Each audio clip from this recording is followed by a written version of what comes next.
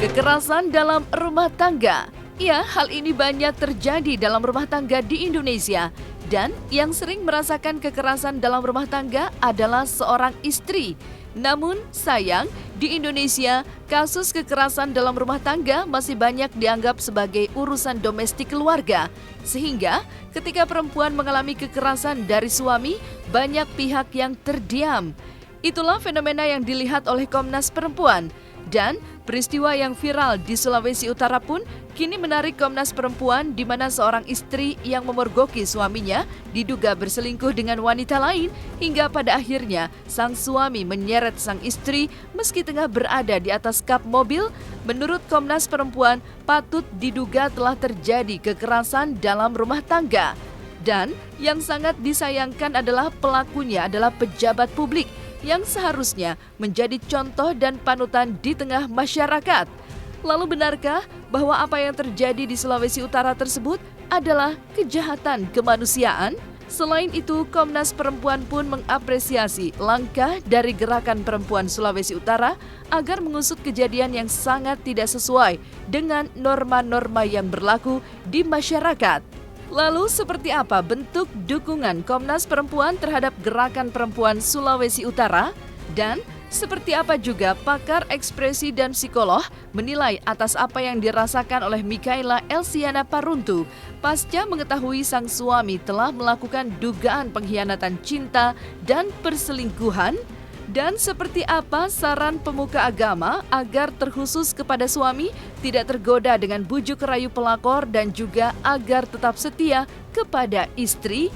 Saksikan selengkapnya hanya di Cumicam In-Depth berikut ini. Hai Cumi Lovers, bersama Cumicam In-Depth kami sajikan kabar lengkap, mendalam dan akurat dari narasumber terpercaya. Dan jangan lupa untuk like, subscribe, dan juga share channel YouTube ini. Drama perselingkuhan yang terjadi dalam bahtera rumah tangga Wakil Ketua DPRD Sulawesi Utara, James Arthur Kojongyan, dan sang istri Mikaela Elsiana Paruntu masih menjadi perbincangan publik hingga saat ini. Peristiwa pengkhianatan cinta itu terkuak setelah viral video saat Mikaela menangkap basah sang suami sedang bersama wanita lain. Yang ironisnya, wanita tersebut diduga sebagai mantan putri kecantikan dan diduga sebagai orang ketiga dalam rumah tangga Mikaela dan James.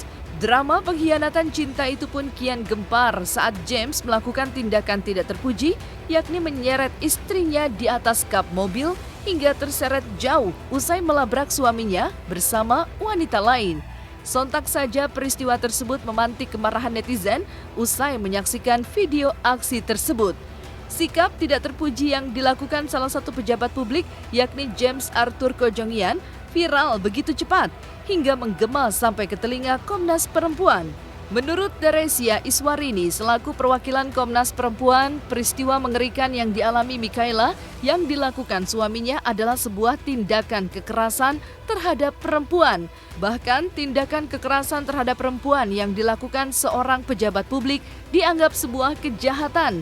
Oleh sebab itu, sudah sepatutnya korban melakukan pengaduan dan laporan kepada pihak berwajib usai mengalami kekerasan tersebut. Kasus yang muncul di permukaan di publik itu menurut kabar adalah kasus rumah tangga ya. Dan kalau melihat bagaimana polanya, itu adalah kasus kekerasan di dalam rumah tangga. Nah, kami sendiri belum menerima pengaduan terkait dengan kasus tersebut. Dan ini menurut kami menjadi sesuatu yang penting karena siapapun korban itu bisa melakukan proses pengaduan ke Komnas Perempuan kapanpun ya, dan berbasis pada kepentingannya. Tapi yang kami ingin soroti adalah bahwa ini terjadi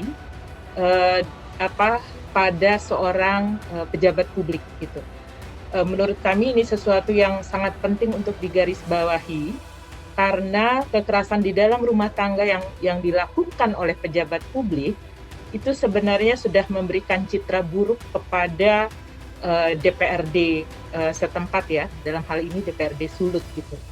Nah ini yang sebenarnya perlu diberi perhatian lebih, karena apa? Konstituen dari anggota DPR tersebut kebanyakan perempuan. Jika seorang anggota DPR melakukan kekerasan terhadap perempuan, itu akan mempengaruhi citra dari partai dan selain dari dirinya sendiri, juga dari partai yang dia masuki. Kayaknya kalau dari berita itu kekerasannya cukup mengerikan ya, karena sampai terseret di mobil dan juga kita tidak tahu kekerasan apa lagi yang dialami. Di dalam dinamika rumah tangga seringkali ini terjadi dan ini masalahnya adalah di ruang publik dan dilakukan oleh pejabat publik gitu. Jadi unsur kesengajaan atau tidak kesengajaan perlu dibuktikan di kepolisian, tetapi faktanya adalah bahwa istri mengalami diseret dan kemudian juga luka-luka.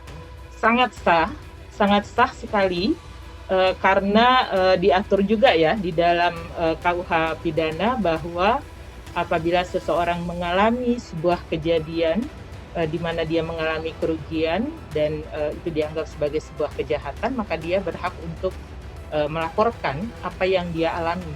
Soal apakah mau melapor atau tidak itu diserahkan kembali kepada korban. Dan tentu saja pertimbangannya adalah pertimbangan yang sangat personal bisa jadi dan juga pertimbangan yang sangat bisa jadi juga karena ketidaktahuan dia adalah korban sebenarnya. Kasus-kasus KDRT ini penting untuk dijadikan sebagai satu refleksi ya bahwa ini adalah kejahatan kemanusiaan. Sudah seringkali kita menganggap itu urusan rumah tangga kok, bukan urusan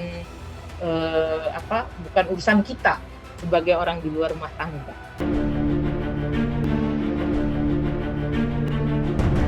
Peristiwa pelabrakan yang dilakukan Mikaela terhadap suaminya James tidak hanya viral di sosial media.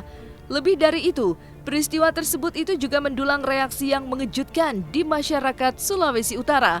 Bahkan, pasca peristiwa itu jadi sorotan panas di ruang publik, muncul sebuah gerakan yang bernama Gerakan Perempuan Sulawesi Utara atau GPS. Gerakan tersebut juga mendesak James mundur dari jabatannya sebagai Wakil Ketua DPRD Sulut lantaran telah melakukan tindakan kekerasan terhadap Mikaela lewat insiden menyeret istrinya dengan mobil. Bahkan pasca peristiwa itu jadi sorotan panas di ruang publik, muncul sebuah gerakan yang bernama Gerakan Perempuan Sulawesi Utara atau GPS. Lantas, benarkah atas tindakan tersebut James terancam mendapat sanksi dari Badan Kehormatan DPRD Sulut? Dan seperti apa juga dukungan Komnas Perempuan terhadap Gerakan Perempuan Sulawesi Utara sebagai langkah untuk menghapus jejak kekerasan terhadap perempuan? Pada setiap kasus perselingkuhan, empati, simpati itu tidak hanya diterapkan pada si istri ya, tapi juga pada perempuan yang dianggap menghancurkan rumah tangga. Gitu. Karena bisa jadi dia adalah bagian dari korban juga. Komnas Perempuan membuka ruang lebih bagi siapapun yang ingin melapor, dan kami memang biasanya membuka mekanisme pengaduan secara online bagi kedua perempuan yang merasa bahwa posisinya adalah posisi yang dirugikan untuk melapor ke Komnas Perempuan. Gitu. Nah, yang kedua adalah pada konteks membangun gerakan masyarakat sipil, Komnas Perempuan biasanya akan memberikan perhatian lebih kepada gerakan-gerakan seperti yang dilakukan oleh Gerakan Perempuan Sulut, dan kita juga menjaga agar gerakan itu tetap aman. Gitu. Jadi memastikan mereka semua dalam ruang-ruang aman itu menjadi kerja dari atau mandat dari Komnas Perempuan, karena kami mandatnya adalah menciptakan situasi yang kondusif bagi penghapusan kekerasan terhadap perempuan. Saya ingin merefleksikan dari apa yang terjadi, berbagai kasus yang terjadi pada kasus-kasus perselingkuhan yang dilakukan oleh pejabat publik ya. catatan kami memperlihatkan pertama kasus-kasus perselingkuhan itu biasanya korbannya dua, si istri dan juga si perempuan yang istilahnya kalau bahasa umumnya itu perempuan lain gitu ya, wanita idaman lain gitu. Katanya seperti itu. Nah, kenapa kami melihat mereka seperti ini? Karena bisa jadi ini ada di dalam tekanan untuk terlibat dalam hubungan di luar perkawinan ini. Perkawinan di luar ataupun hubungan di luar perkawinan atau perkawinan tanpa izin itu adalah kejahatan sebenarnya. Itu diatur di dalam KUHP kita. Dalam pasal 279 mengatur bahwa seseorang bisa dipidana ketika dia melakukan perkawinan tanpa izin. Nah, itu yang pertama. Dan bagi pejabat publik ini sesuatu yang sangat penting untuk betul-betul diintegrasikan, diinternalisasi di dalam dirinya, karena dalam seluruh pekerjaannya seorang pejabat publik mencerminkan bahwa dia itu seorang yang betul-betul berintegritas atau tidak dari perilakunya. Nah, kekerasan terhadap perempuan bisa menjadi indikator apakah seseorang itu dianggap memiliki perilaku yang baik atau tidak. Pejabat publik yang baik adalah pejabat publik yang menghormati keluarganya, yang menghormati pasangannya, yang menghormati anak-anaknya, dan juga menghormati perkawinannya. Gitu. Nah, ini yang perlu kita garis bawahi, dan menurut saya ini juga penting nih diatur di dalam kode etik di setiap ruang-ruang pekerjaan seseorang ya. Supaya urusan-urusan kekerasan terhadap perempuan ini juga bisa diakomodir sebagai salah satu indikator. Apabila seseorang melakukan kekerasan terhadap perempuan, maka dia bisa dipecat misalnya, diberi sanksi, ataupun dikeluarkan dari pekerjaannya. Pasca hebohnya dugaan adanya orang ketiga atau pelakor di dalam rumah tangga Wakil Ketua DPRD Sulut James Arthur Kojongian dan Mikaela Elsiana Paruntu yang menghebohkan di jagat sosial media, publik pun terus menyoroti hal tersebut. Banjir dukungan dari netizen pun terus mengalir deras untuk Mikaela. Namun di balik itu, maraknya muncul kejadian pelakor di media sosial yang viral begitu cepat, ternyata juga menarik perhatian selebriti tanah air.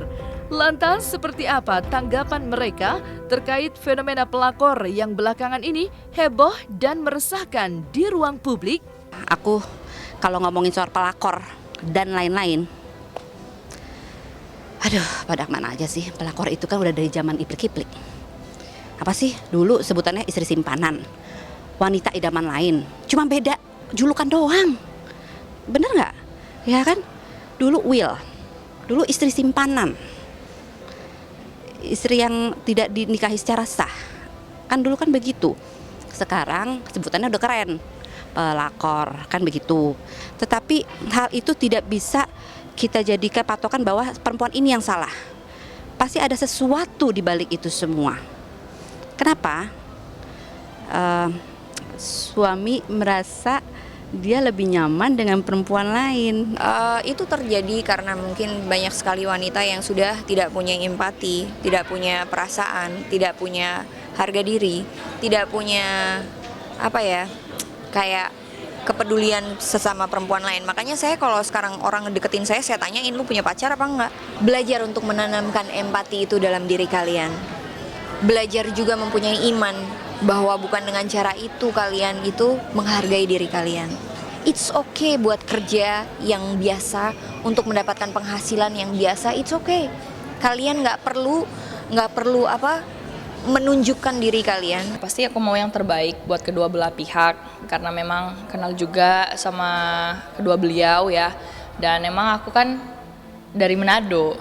Jadi kayak pas dengar itu ya mungkin agak shock juga tahu tentang berita itu tiba-tiba udah viral. Kalau misalnya mau nanggepinnya harus dengan berpikir positif juga, sama doakan yang terbaik buat Kamika, Kak James juga, dan buat keluarga mereka.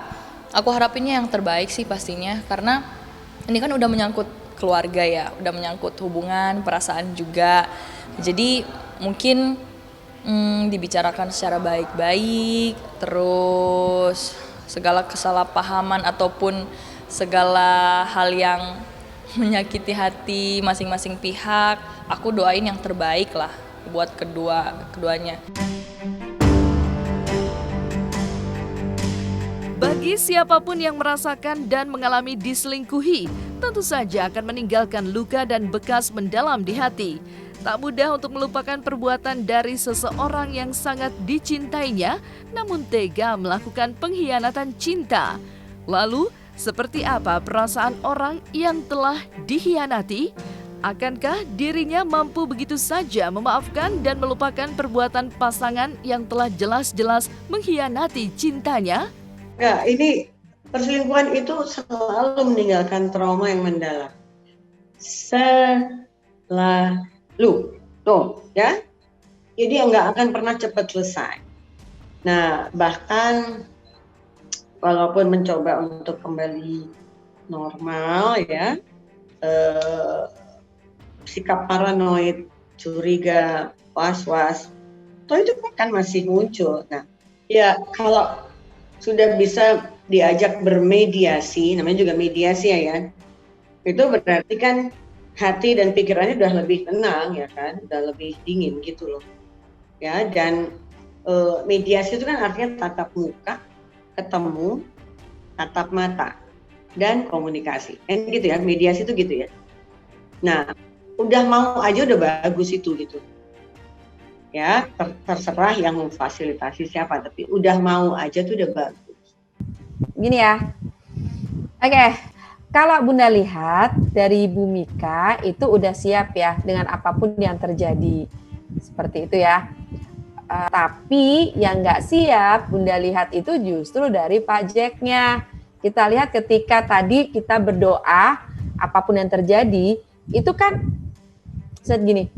Yang Bunda lihat justru Pak Jack-nya yang tidak siap dengan keputusan akhir yang akan diambil. Ya, karena apa? Pak Jack itu tiba-tiba gerakannya diem, itu langsung bergerak badannya. Ketika Bu Mika mengatakan tadi, minta doa keputusan yang terbaik. Ya, ada apa? Kenapa Pak Jack langsung bahasa tubuhnya langsung gelisah? Apakah dia itu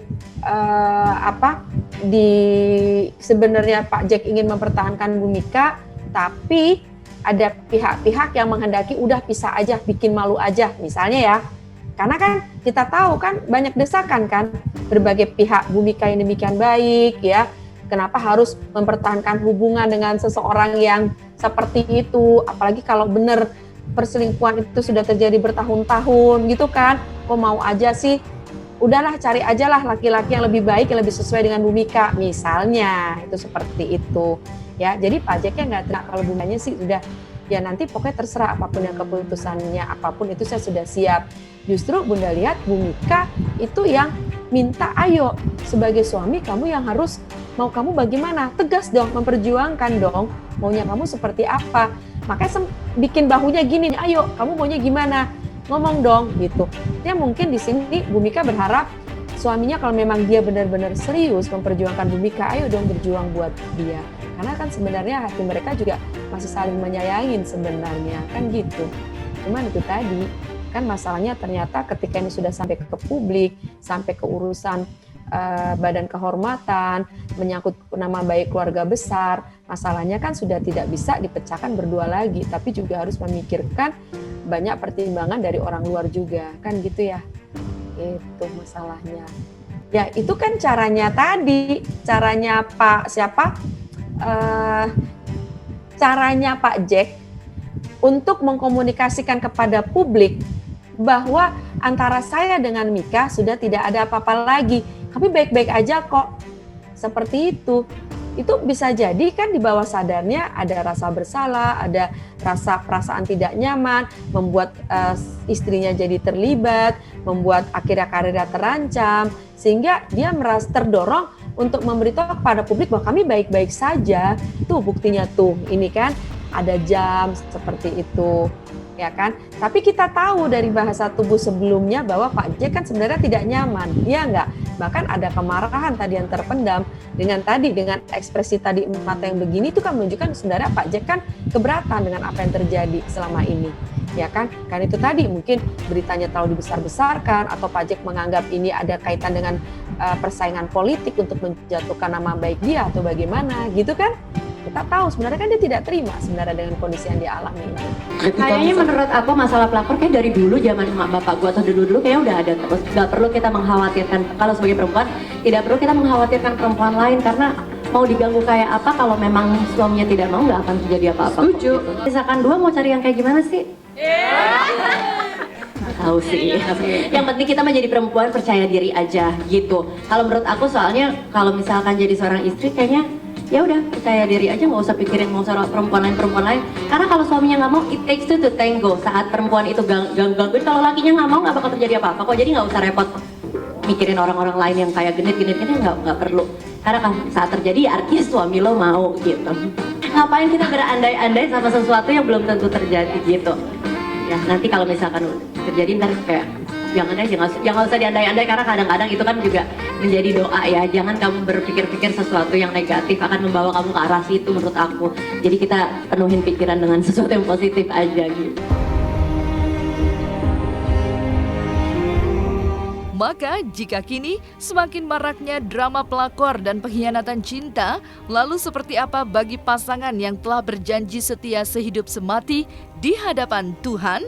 Bagaimana khususnya seorang suami yang dalam perjalanan hidupnya sukses dalam karir dan juga telah sangat mapan dalam hal keuangan agar tidak tergoda dan tetap setia kepada sang istri yang telah menemaninya dari awal pernikahan mereka? Berikut saran dan nasihat dari Ustadz Zaki Mirza. Jadi konsep berumah tangga dalam Islam itu punya tujuan yang jelas. Tujuan utamanya itu adalah litaskunu ilaiha.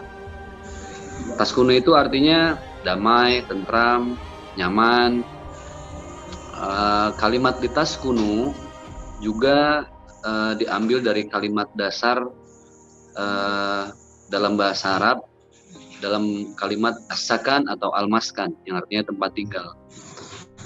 Artinya orang yang sudah berumah tangga yang harus dicari satu, keridhaan Allah Subhanahu wa taala, karena hanya dengan keridhaan Allah itulah maka dalam rumah tangga akan lahir kenyamanan, ketentraman, kesejukan. Nah, dari sekian banyak unsur atau poin yang menjadi fondasi rumah tangga yang sakinah itu adalah kejujuran. Intinya semua kembali ke niat awal ketika berumah tangga. Namanya saja rumah tangga. Kalau rumah oke lah, orang habis nikah pasti pengen punya rumah. Tapi kenapa ada kalimat tangga di situ? Karena tangga fungsinya dua. Tangga itu untuk naik dan turun. Artinya orang kalau sudah berkeluarga derajatnya bisa naik di mata Allah Subhanahu wa taala atau bisa turun di mata Allah. Ketika apa? Ketika kita fokus pada kekurangan aib pasangan, akhirnya segala kebaikannya jadi pupus, jadi sirna dan musnah. Tapi kalau kita fokus pada kebaikan pasangan, walaupun sedikit, yang sedikit itu bisa menjadi indah. Makanya baginda Rasulullah SAW beliau bersabda, wa qala Nabi baiti jannati, rumahku adalah surgaku. Jadi rumah yang akan jadi surga itu bukan seberapa luas halamannya, Bang, bukan seberapa tinggi lantainya, tapi seberapa mampu kita bersyukur dengan apa yang sudah Allah titipkan dalam rumah tangga kita, termasuk pasangan hidup yang sudah jadi amanah dari Allah. Nah, selesai sudah Cumi Lovers bersama Cumi Camp In-Depth. Kabar lengkap, mendalam, dan akurat dari narasumber terpercaya. Dan jangan lupa untuk like, subscribe, dan juga share channel YouTube Cumi Cumi.